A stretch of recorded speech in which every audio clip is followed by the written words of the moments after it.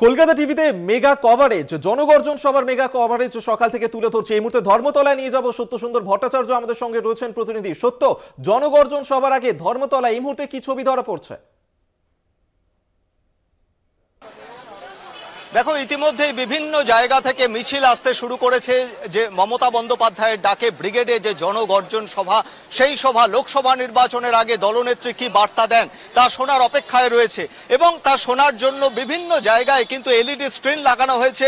সেই এলইডি স্ক্রিনে কলকাতা টিভির মাধ্যমে কিন্তু সরাসরি দূর দূরান্ত থেকে যে সমস্ত কর্মী সমর্থকরা আসছেন তারা দলনেত্রীর বার্তা শুনতে পারবেন।